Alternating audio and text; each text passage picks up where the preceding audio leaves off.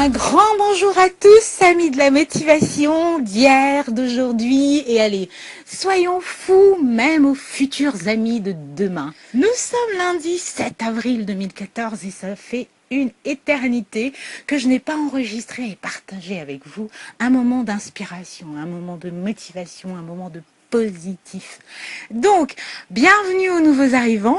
Pour votre information, ce rendez-vous de motivation est un podcast dans lequel je n'apparais pas physiquement, sauf dans des cas exceptionnels, comme je vous l'explique dans cette vidéo. Je vous mets le lien. C'est tellement bien fait YouTube que lorsque vous cliquez sur le lien que je vais vous mettre, vous arrêtez la vidéo en cours et l'autre vidéo va s'ouvrir dans une seconde fenêtre. Ce qui fait que vous pouvez prendre connaissance de ce que sont les lundis de motivation, puisque vous venez d'arriver, et revenir à la vidéo en cours.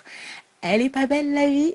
Je peux quand même vous dire en 2 mots que c'est un rendez-vous frais, revigorant, destiné à toutes les personnes qui en ont marre d'entendre des choses négatives sur le fait que rien ne va dans la vie et qui veulent se dire que non, voilà, c'est possible en chemin d'être accompagné de personnes positives, d'être accompagné de personnes qui ont envie que les choses se passent bien. Voilà en un mot. Quant à vous, chers amis de la motivation, chers fidèles, chers habitués, je suis heureuse de vous retrouver enfin dans notre petit cocon, parce que l'absence a été conséquente. Au mois de février, il n'y a pas eu beaucoup de rendez-vous. Au mois de mars, n'en parlons pas. Et là, après avoir fêté l'anniversaire des 1 an de ce rendez-vous, je me suis dit non, on ne va pas se reposer sur nos lauriers. Bien au contraire. Fort des expériences de cette année qui s'est écoulée pour moi, pour vous, pour nous, on va tenter de faire encore mieux en éloignant petit à petit tout ce qui nous pourrit la vie et en accueillant toutes les pensées, toutes les astuces, tous les conseils qui vont nous aider à progresser vers notre but ultime qui est de vivre mieux tout simplement. Mieux avec soi-même, mieux avec les autres.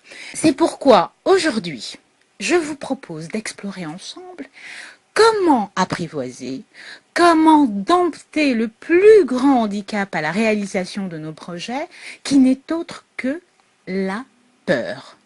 Oui, c'est le thème de ce 12e épisode que je vais bien entendu aborder une fois passé le rituel de la revue de presse. Et oui, il y a toujours un petit rituel de la revue de presse dans ce rendez-vous.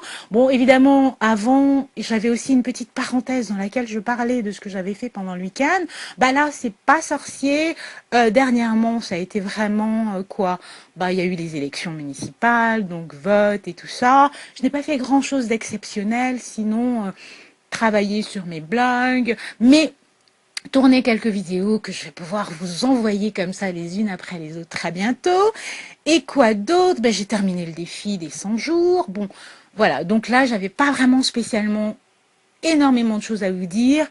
Rien de particulier qui n'a pas déjà été dit dans les vidéos qui vont être publiées prochainement. Donc restez avec moi, évidemment, et vous saurez tout. Je reviens à la revue de presse. Alors, pour la revue de presse du jour, j'ai choisi de faire un clin d'œil à une fidèle auditrice québécoise et ça gagne. Alors là, les amis, j'ouvre une toute petite parenthèse parce qu'avec Dominique, j'apprends de nouveaux mots et des expressions typiquement de chez eux.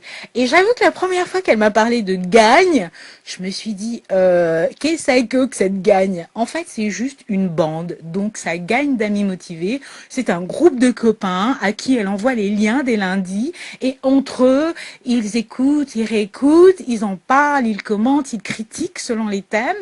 Et donc, elle me fait part de tout ça. Et dernièrement, j'ai eu l'occasion de discuter avec elle, ainsi que 2-3 autres personnes sur Skype. C'était vraiment fantastique. Dominique et ça gagne. Je vous embrasse tous. Merci de me suivre.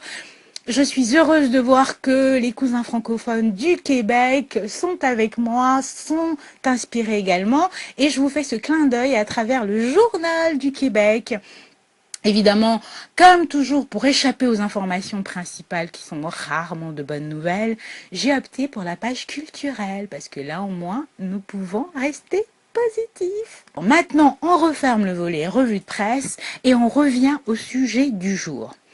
Pourquoi j'ai décidé de parler de la peur aujourd'hui? Évidemment, En dehors du fait que les sujets sont quand même inspirés de nos échanges sur le blog, de vos questions, de vos commentaires, au-delà de ça, j'ai décidé de parler de la peur aujourd'hui parce qu'au fond, lorsqu'on y réfléchit bien, la peur est notre principal ennemi.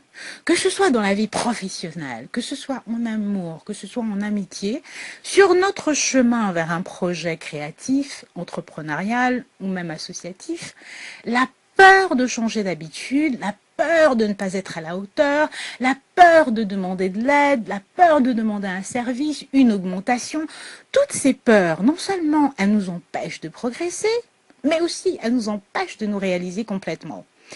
Elles entraînent aussi une espèce d'angoisse qui nous conduit à faire tout le contraire de ce que l'on devrait faire.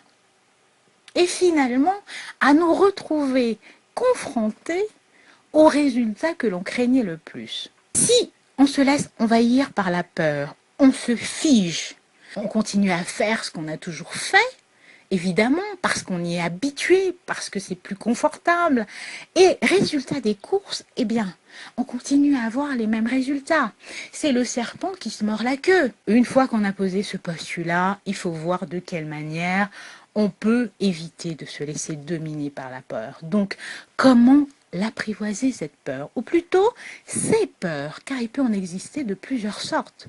Avant de me lancer dans les différentes pistes que je vous propose, je vais de nouveau vous rappeler qu'à mes yeux, il n'existe pas de remède miracle qui va pouvoir s'appliquer à tout le monde.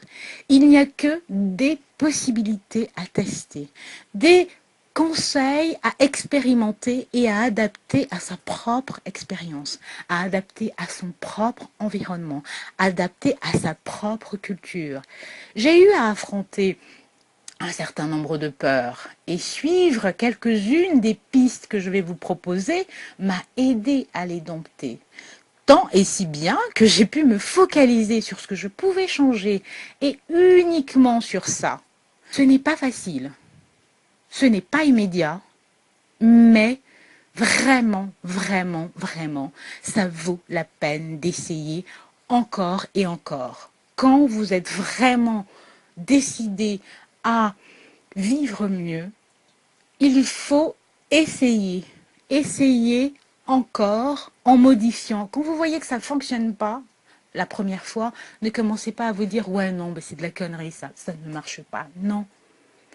Rome ne s'est pas construit en une seule journée, donc vous ne pouvez pas non plus vaincre la peur, vaincre vos angoisses, simplement en utilisant la méthode Coué ou bien en changeant deux petites choses.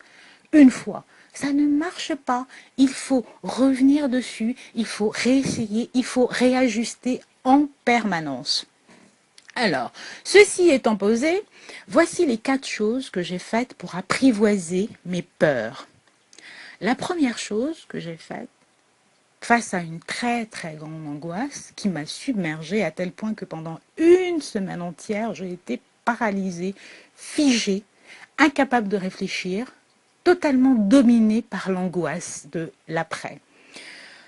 Une fois que j'ai repris mes esprits, alors évidemment, comme je vous l'ai dit, ça s'est pas fait de façon immédiate. Là, je vous résume, un peu comme dans une série d'1 heure et demie, où, vous savez, les séries policières de TF1, où en 1 heure et demie, on les voit attraper un serial killer, nanana. Eh bien, en réalité, dans la vie, ça peut prendre 6 mois, 8 mois, 1 an. Mais pour les besoins de la série, on condense. Là, c'est pareil. Pour les besoins de cette capsule, je condense. Donc, la première chose que j'ai faite, qui m'a vraiment aidée, c'est celle de poser les faits. Quelle est la situation précise qui est à l'origine de la peur? Poser les faits, ça signifie faire taire la voix de l'angoisse. Ok? Faire taire la voix de l'angoisse et rappeler à son cerveau de se concentrer sur les faits. Qu'est-ce qui se passe réellement? Pas ce que vous imaginez, pas ce qui vous fait peur, mais qu'est-ce qui se passe vraiment? Ensuite, la seconde chose, c'est d'analyser les faits. Ce n'est que lorsque vous avez posé les faits que vous pouvez les analyser. Et souvent, lorsque vous êtes gouverné par la peur, par l'angoisse, qu'est-ce qu'on fait dans ces cas-là quand on est gouverné par la peur et l'angoisse? On fait tout à l'envers. Comme dirait le proverbe, on met la charrue avant les bœufs. Ce serait un peu presque comme de mettre sa petite culotte par-dessus sa robe ou son pantalon. Bon, évidemment, à moins d'être Britney Spears, Lady Gaga ou je ne sais quel artiste, personne ne s'amuserait à faire ça dans la vie de tous les jours. Et pourtant, c'est ce que nous faisons lorsque nous sommes confrontés à nos peurs. Donc, n'oubliez pas, d'abord je pose les faits, ensuite j'analyse les faits. La troisième chose que j'ai faite, c'est d'imaginer le pire. Oui, vous m'avez bien entendu. Une fois les 2 étapes précédentes posées, je me suis astreinte à imaginer le pire, mais pas que. Surtout à réfléchir à la suite. Voyez? Imaginons que le pire se passe. Vous imaginez le scénario, vous le visualisez totalement. Ok, votre pire cauchemar s'est produit. Et maintenant, qu'est-ce qui se passe? Qu'est-ce que vous ressentez? Et qu'est-ce que vous faites? Ok? Ce qu'il y a de fantastique, ou pas d'ailleurs, parce que chacun peut réagir différemment, en tout cas, pour ce qui m'en concerne, le fait d'avoir regardé la peur en face l'a rendue mais tellement moins effrayante. Et là, je me suis dit, ok, alors imaginons que le pire m'arrive. Eh bien, qu'est-ce que je pourrais faire aujourd'hui pour éviter que ça arrive? Donc, si vous voulez, après avoir posé les faits, analysé, imaginé le pire, et imaginer le pire et la suite, la dernière partie, c'est simplement de prendre une décision.